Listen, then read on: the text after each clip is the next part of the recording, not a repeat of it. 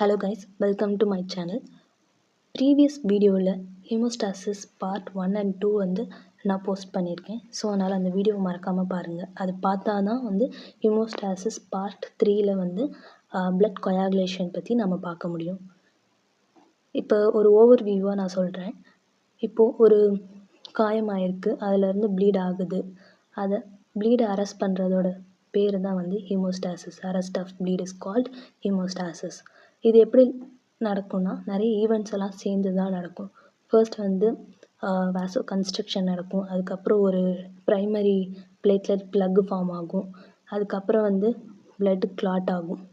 இந்த 3 மெக்கானிசமும் சேர்ந்து தான் வந்து ஒரு ப்ளீட் ஆகிறத அரெஸ்ட் பண்ணும்.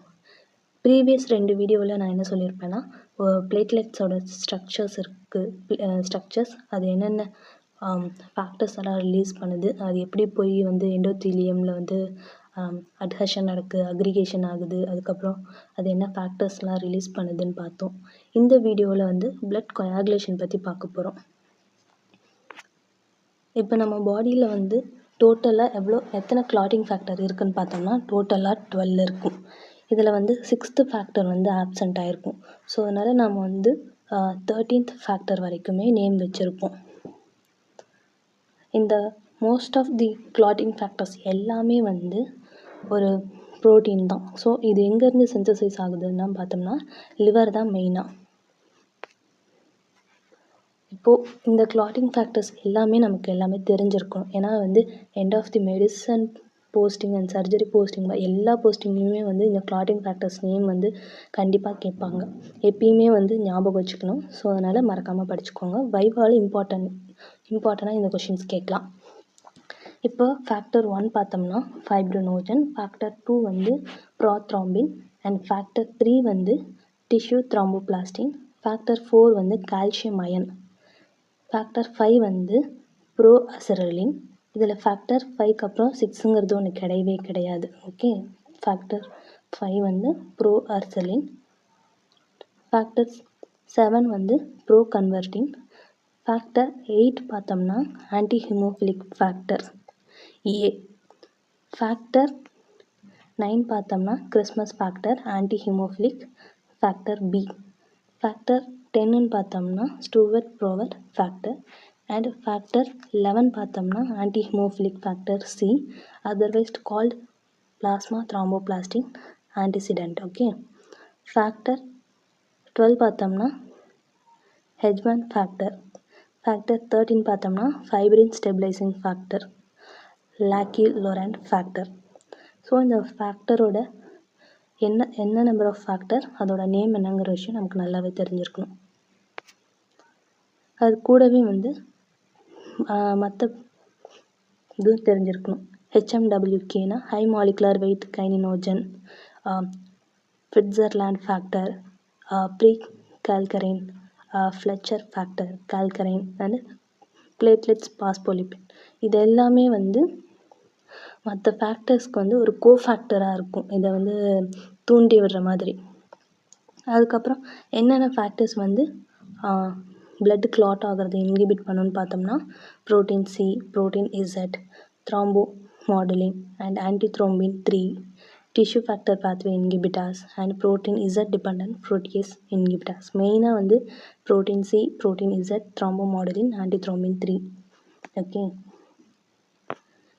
இது main viva question. Vitamin K dependent factor, எப்பயுமே விட்டமின் கே டிபெண்டன்ட் ஃபேக்டர் என்னென்னு பார்த்தோம்னா 2, 7, 9, 10. இதை மறக்கவே கூடாது. 2, 7, 9, 10 இந்த 4 ஃபேக்டருமே விட்டமின் கே டிபெண்டன்ட். அதே மாதிரி ஹீமோஃபிலியா டிசீஸ் இருக்குது அப்படின்னு பார்த்தோம்னா என்னென்ன ஏபிசி இதெல்லாம் என்னென்னு கேட்பாங்க. இதுவும் ஒரு இம்பார்ட்டன்ட் வைவா கொஷின். அதாவது ஹீமோஃபிலியா ஏன்னு பார்த்தோம்னா அது 8th ஃபேக்டர் டிஃபிஷியன்சியாக இருக்கும். இதே ஹீமோஃபிலியா பின்னா அது கிறிஸ்மஸ் ஃபேக்டர் 9th ஃபேக்டர் டிஃபிஷியன்சியாக இருக்கும். அதே சின்னு சொல்லும்போது 11th ஃபேக்டர் இருக்கும். 8, 9, 11 ஏபிசி ஞாபகம் வச்சுக்கோங்க. ஓகே, நெக்ஸ்ட் பார்த்தோம்னா பிளட் கொயாகுலேஷன் பாத்வே. இது 2 மெக்கானிசமில் நடக்கலாம், இன்ட்ரன்சிக் பாத்வே அண்ட் எக்ஸ்ட்ரன்சிக் பாத்வே. ஆனால் வந்து ரெண்டும் தனித்தனியாக நடக்காது. ஒன்று ஆக்டிவேட் ஆனால் இன்னொன்று ஆட்டோமேட்டிக்காக ஆக்டிவேட் ஆகிடும். ரெண்டுமே வந்து இன்டர் ரிலேட்டடாக தான் இருக்கும். இப்போது இன்ட்ரின்சிக் பாத்வே பற்றி பார்க்கலாம்.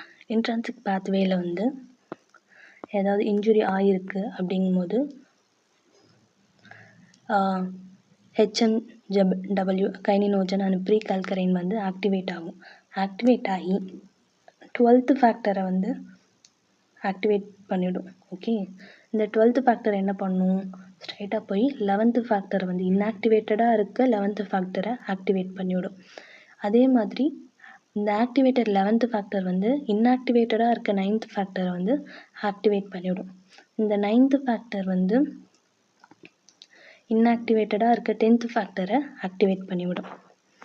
இந்த ஆக்டிவேட்டட் 10th ஃபேக்டர் என்ன ஆகும்னா ப்ரோத்ராம்பினை வந்து த்ராம்பினாக கன்வெர்ட் பண்ணும்.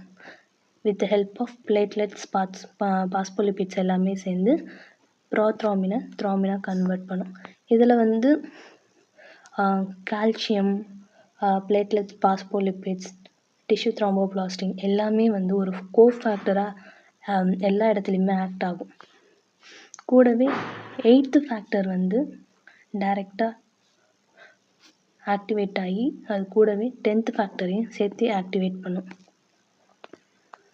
அதாவது இப்போ இன்ட்ரின்சிக் பாத்வேல என்ன ஞாபகம் வச்சுக்கணும்னா 12th ஃபேக்டர் வந்து 11th ஃபேக்டர் ஆக்டிவேட் பண்ணும், 11th ஃபேக்டர் வந்து 9th ஃபேக்டர் ஆக்டிவேட் பண்ணும், 9th ஃபேக்டர் வந்து 10th ஃபேக்டர் ஆக்டிவேட் பண்ணும். இந்த 10th வந்து ப்ரோத்ராம்பினை த்ராம்பினாக கன்வெர்ட் பண்ணும். இந்த த்ராம்பின் வந்து ஃபைப்ரினோஜனை ஃபைப்ரினாக கன்வெர்ட் பண்ணும். இந்த ஃபைப்ரின் வந்து மல்டிபிள் ஃபைபர்ஸ் வந்து ஃபார்ம் ஆகி ஒரு கிளாட்டாக ஃபார்ம் ஆகும். அதாவது இன்ட்ரின்சிக் பாத்வேல என்னென்ன ஃபேக்டர்ஸ் 12, 11, 9, 10. ஓகே, அடுத்து வந்து எக்ஸ்ட்ரின்சிக் பாத்வே. எக்ஸ்ட்ரின்சிக் பாத்வேலையும் வந்து டிஷ்யூ த்ராம்போபிளாஸ்டின் ரிலீஸ் ஆகுமோ, டிஷ்யூ த்ராம்போபிளாஸ்டின் வந்து எண்டோத்தீலியல் இன்ஜுரி ஆகுதுல்ல அதில் ரிலீஸ் ஆகும். இது வந்து டைரெக்டாக வந்து 7th ஃபேக்டரை வந்து ஆக்டிவேட் பண்ணிவிடும். இந்த 7th ஃபேக்டர் வந்து இன்ஆக்டிவேட்டடாக இருக்க 10th ஃபேக்டர் ஆக்டிவேட் பண்ணும். ஆஸ் யூஷுவல் அந்த 10th ஃபேக்டர் வந்து ப்ரோத்ராம்பினை வந்து த்ராம்பினாக கன்வெர்ட் பண்ணும். இதில் வந்து என்ன மெயினாக இன்வால்வ் ஆகுதுன்னா 7ம் 10ம். But intrinsic pathway extrinsic pathway ரெண்டுத்துக்கும் காமனாக இருக்கிறது என்னமோ இந்த 10th ஃபேக்டர் தான். இந்த த்ராம்பின் ஃபார்ம் ஆயிருக்குதுல்ல இந்த 10th ஃபேக்டர் வந்து ஆக்டிவேட் ஆகி இந்த ப்ரோத்ராம்பினை த்ராம்பினாக கன்வெர்ட் பண்ணும். இந்த த்ராம்பின் வந்து எகெயின் வந்து ஒரு 8th, 5th, 13th ஃபேக்டரை வந்து ஆக்டிவேட் பண்ணி விடும். இதுதான் வந்து பாசிட்டிவ் ஃபீட்பேக் மெக்கானிசம். போய் திருப்பி வந்து ஆக்டிவேட் பண்ணி விட்டு திருப்பி வந்து நிறைய ஃபைப்ரின் ஃபார்ம் ஆகிறதுக்கு ஹெல்ப் பண்ணுது. நெக்ஸ்ட் இங்கே வந்து ஃபைப்ரின் எப்படி ஃபார்ம் ஆகுதுன்னு பார்க்கலாம். இந்த ப்ரோத்ராம்பின் வந்து த்ராம்பினாக கன்வெர்ட் ஆகுது. கோஃபேக்டர் வந்து கால்சியம். ஓகே, இந்த ப்ரோத்ராம்பின் வந்து ஃபைப்ரினோஜனை வந்து ஃபைப்ரினாக கன்வெர்ட் பண்ணும். இந்த மோனோமர்ஸ் எல்லாமே வந்து ஒன்றா சேர்ந்து கிராஸ் லிங்க்டு ஃபைப்ரின் ஃபைபர்ஸாக ஃபார்ம் ஆகும். இதெல்லாம் கிராஸ் லிங்க்டு ஃபைப்ரின் ஃபைபர்ஸாக ஃபார்ம் ஆகும்போது ரொம்ப ஒரு ஸ்டெபிளைஸ்டு மெஷ் ஒர்க்கு இல்லைனா கிளாட் மாதிரி அது இருக்கும், ஸ்டேபிளாக இருக்கும். ஓகே, இவ்வளோதான். இதுதான் வந்து coagulation பாத்வே. ரெண்டு இருக்குது, எக்ஸ்ட்ரின்சிக் பாத்வே, இன்ட்ரின்சிக் பாத்வே. அதுக்கப்புறம் ஃபைப்ரினோஜன் எப்படி ஃபைப்ரினாக கன்வெர்ட் ஆகுது, எக்ஸ்ட்ரின்சிக் பாத்வேல என்னென்ன ஃபேக்டர்ஸ் இன்வால்வ் ஆகுது, இன்ட்ரின்சிக் ஃபேக்டர்ஸில் என்னென்ன ஃபேக்டர்ஸ் இன்வால்வ் ஆகுது. அதுக்கப்புறம் விட்டமின் கே டிபெண்ட் ஃபேக்டர்ஸ் என்னென்னு பார்க்கணும், 2, 7, 9, 10. அதே மாதிரி ஹீமோஃபிலியா ஏபிசி இந்த மூணுமே பார்க்கணும், 8, 9, 11. ஓகே, நெக்ஸ்ட்டு வந்து இந்த 12 clotting factorsமே நமக்கு ஞாபகம் இருக்கணும். That's it. Thanks for watching. Next வீடியோவில் fibrinolysis பற்றி பார்க்கலாம்.